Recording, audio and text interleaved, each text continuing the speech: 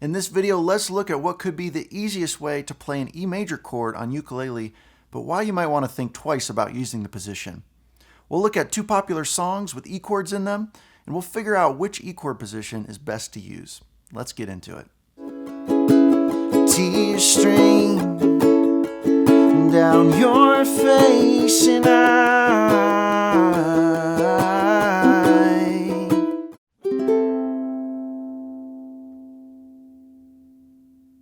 Alright, so if you've been playing ukulele for any amount of time, then you know that the E major chord is one of the worst chords to play. The reason for that is because the quote-unquote standard way to play the chord, aka the hardest way, is where you perform a double bar by pressing down all four strings at the second fret with the index finger, and then barring or pressing down on the top three strings at the fourth fret with the ring finger, just like so.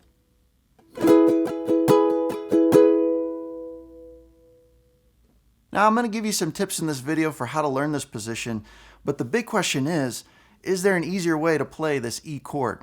And yes, there is. One awesome substitute is the E5 chord, which is played by placing the index finger on the second fret of the bottom A string, middle finger on the fourth fret of the top G string, and then ring finger on the fourth fret of the C string, letting the E string ring open.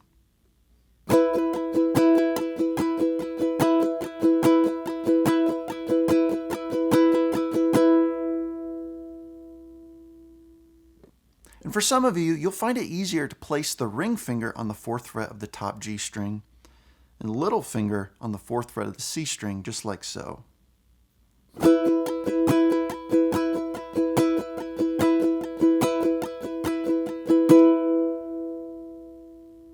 Now this is a pretty cool sounding chord, and it's probably the easiest substitute for an E major chord. The open E string really makes this chord ring out nice and loud. So most of the time when you come across an E chord in a song, you can use this E5 chord as a substitution. And alternatively, you can also play this position by wrapping up your thumb around the top of the neck and fretting the fourth fret of the top G string with the thumb. Then place the middle finger on the fourth fret of the C string, and then index finger on the bottom A string, letting that E string ring open. And this is actually my preferred method.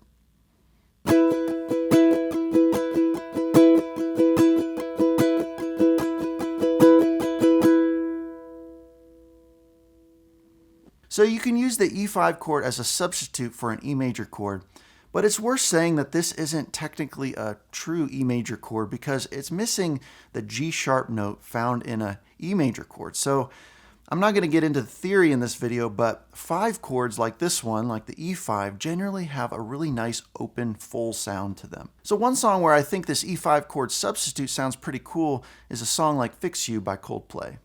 1, 2, 3, 4. Tears stream down your face when you lose something you cannot replace. Tears stream down your face and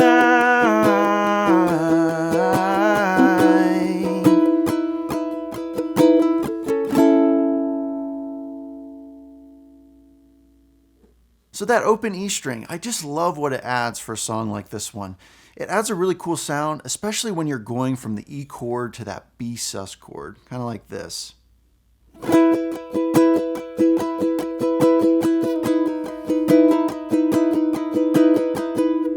I really like that, and that kind of openness is actually reminiscent of the bridge guitar lick in Fix You.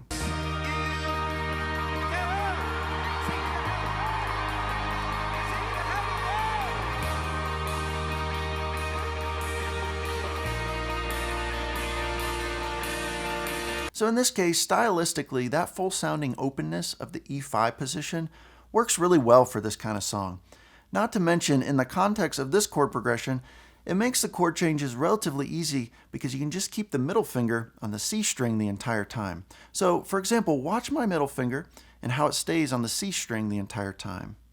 So I start with that E chord, the middle finger is right here at that fourth fret of the C string. Then I switch down to the A chord. So I slide that middle finger down to the first fret. and then slide it back up to the E chord. And now the middle finger slides to the B sus position right here, down to the 3rd fret.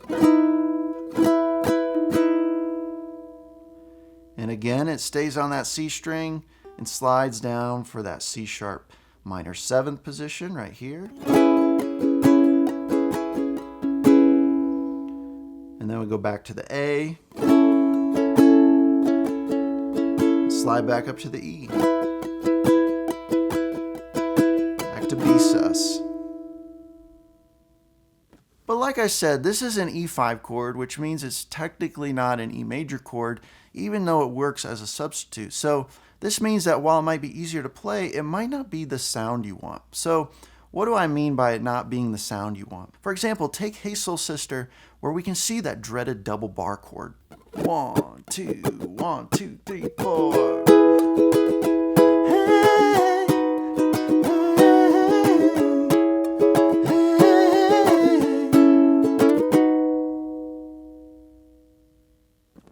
Now, if you want that exact sound for Hey Soul Sister, then you have to use that double bar chord. And I know a lot of you are like, Brett, I'm not trying to sound like Train, just give me the easy version.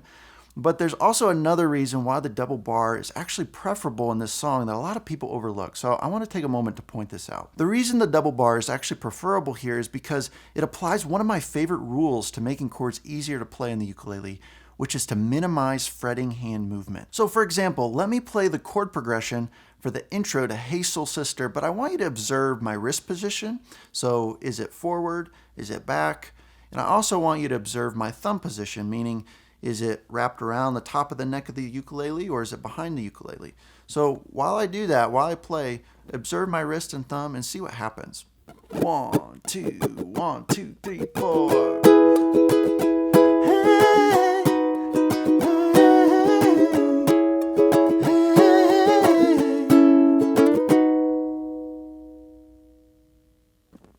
What you'll notice is that the fretting hand position in the wrist and the thumb stays relatively the same the entire time I play the chord progression. So my wrist isn't moving forward and backward like this, and my thumb is staying firmly planted the entire time for every single chord change behind the neck of the ukulele. So you never see it pop above the fretboard like this. Now compare this with if I was to use the E5 chord as a substitute in Hey Soul Sister. Notice what happens to my wrist and thumb position when I change from the E chord to the B major chord. So I might start with the E5 substitute like this.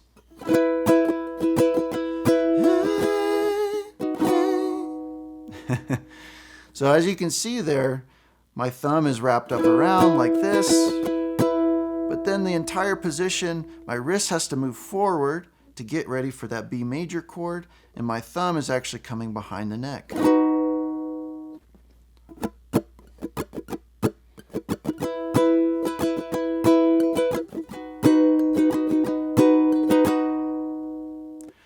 So I don't know if you caught that, but believe it or not, I'm actually making it harder on myself to change from the E5 chord to the B major chord because my thumb and wrist have to change to an entirely different position. For the E5 chord, my thumb is sticking up over the fretboard like this. So it's coming over the neck like that. And then I have to completely move the thumb to be firmly behind the fretboard to get ready for that B major chord. And that also means my wrist is being moved forward as well. So the thumb and the wrist are changing in order to get in position for that B chord. My point is that it's adding more movement. So in this case, the E major double bar chord position is actually preferable because I can play all the chords in the song while maintaining the same fretting hand position, which surprisingly makes it slightly easier to play.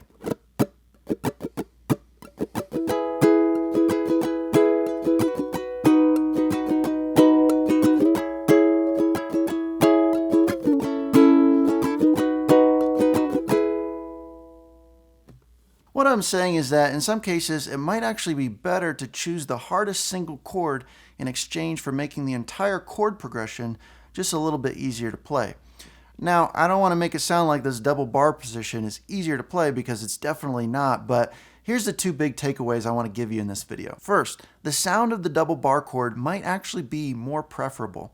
For me, the double bar chord in Hey Soul Sister really makes this song instantly recognizable when I play it, And so I love that sound. In other words, the double bar chord is a stylistic choice. That's one reason why I don't want to use the E5 chord as a substitute here. And the second takeaway is always seek to minimize fretting hand movement. In the case of Fix You, I minimize fretting hand movement by selecting the E5 position and keeping that middle finger on the C string the entire time. But for Hey Soul Sister, I'm better able to minimize that fretting hand movement by selecting the E major double bar chord. Even though it's the harder chord, it makes it easier to change between the chords. But that leaves us with a big question. How can we practice and improve our ability to play the E major double bar chord? After all, this is one of the hardest chords to play. So I want to leave you with 3 tips that will really help. First, it's all about the thumb and bar. You want maximum leverage, so you want the ball of the thumb right behind the neck of the ukulele. And for your bar, make sure the index finger is right up behind the fret, almost on the fret wire. So you don't want it back here, you want it right up on that fret. There is an element of strength involved, so if you struggle with this, you might just begin by practicing only barring all 4 strings at the 2nd fret to make sure each string rings out. And notice that the height position of the finger matters here too. So the higher you place the bar up like this, the harder it is to set yourself up to fret that ring finger on the 4th fret of the top 3 strings. So you actually want the tip of the index finger right on that top string and right up against the fret just like this. So that actually brings me to my next point about the ring finger. So the second tip is that it's all about rotating the wrist forward as much as possible. So you don't want to be back like this, you rotate it forward like this, and that allows you to get into position for the ring finger. So this is really the secret for getting the ring finger in position. You have to be forward enough to allow yourself the ability to bend back the ring finger slightly to miss that bottom A string. So for instance, if I was rotating the wrist too far back where my elbow ends up here, I'm actually going to end up muting that bottom A string with the ring finger. It's just going to lay flat on all 4 frets. So I have to bring the wrist forward, keep that bar in position, then bring the ring finger up, bend it back just slightly to allow that bottom A string to ring out. Now this brings up the third and final tip I want to make, which is time. So again, I'm not going to act like this is an easy chord you're going to learn by watching one video on YouTube. You're probably not. You need time to build strength. You need time to build flexibility. And you also need time to build the muscle memory. So once you find the position that allows all 4 strings to ring out, you have to build that muscle memory to get to do that every single time. So this is probably the hardest chord you can learn on ukulele, so really give it some time. For me, when I was learning this position like almost 20 years ago, it took me probably a whole year of practicing this position before I could really feel comfortable with using it in an actual song. So maybe you'll go faster, but I can't lie to you, it really does take time. So here's what I want to say in summary.